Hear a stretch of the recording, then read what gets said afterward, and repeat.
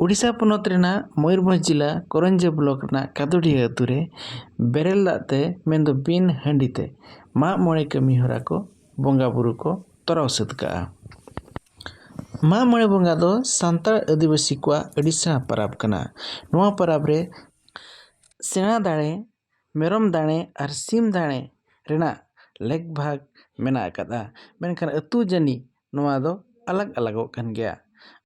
कादोडिया अतु रे बिन हंडीते बांगमा बेरेल दाते आरगे माग मोणे बोंगा हुई काते नागाम रे मिट्टा नवा साहटाय बेनाव किया। अच्छा नायके बाबा तेहन नोडे चेद को बोंगा बुरु हुईना ना विषय ते लय ᱧᱚᱜ ᱵᱤᱱ ᱥᱮ। ᱟᱹᱞᱤᱧ ᱫᱚ ᱠᱟᱫᱚᱰᱤᱦᱟᱹ ᱱᱟᱭᱠᱮ ᱵᱟᱵᱟ ᱠᱟᱱᱟᱞᱤᱧ ᱦᱚᱨᱤᱦᱚᱨ ᱥᱚᱨᱮᱱ ᱛᱟᱹᱞᱤᱧ ᱧᱩᱛᱩᱢ ᱫᱚ। ᱛᱮᱦᱮᱧ ᱱᱚᱜᱼᱚᱭ ᱢᱟᱜ ᱢᱚᱬᱮ ᱵᱚᱸᱜᱟ ᱞᱤᱧ ᱵᱚᱸᱜᱟ ᱠᱮᱜᱼᱟ। ᱥᱤᱢ ᱯᱤᱭᱟᱹᱜ ᱠᱚᱛᱮ ᱜᱮ ᱞᱮ ᱵᱚᱸᱜᱟ ᱠᱮᱜᱼᱟ ᱟᱨ ᱦᱟᱺᱰᱤ ᱠᱚᱫᱚ ᱱᱚᱰᱮ ᱫᱚ ᱵᱟᱞᱮ ᱵᱚᱸᱜᱟ ᱠᱟᱜᱼᱟ।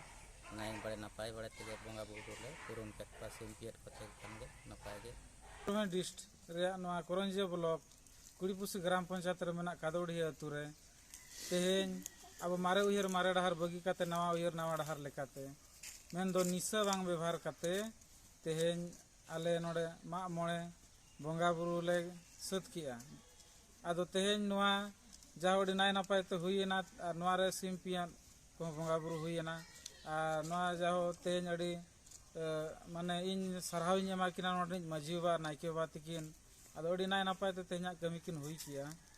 आदो नवा हो तेहेñ ले गालमाराव किया जे नोय जीर बोंगा सलखान मुर्मू तकिना आह्वानते भारत रे 7 राज्य रे कमी होरा चलाक कना और नोय अब जाहर बोंगा बुरु होड़ को सना धर्म कोड नित हबिज मानत बनुते अब हिंदू रे को लेखा कर बना जाहर गाड़ को जगह जगह रे रपुदोग कना रेजेत बना को और ओना खातिर ते तेहेñ नोय हिजुक कान 8 नवंबर 2023 सना धर्म कोड रेली नोआ लगी नोडे नपाय तले गालमाराव किया।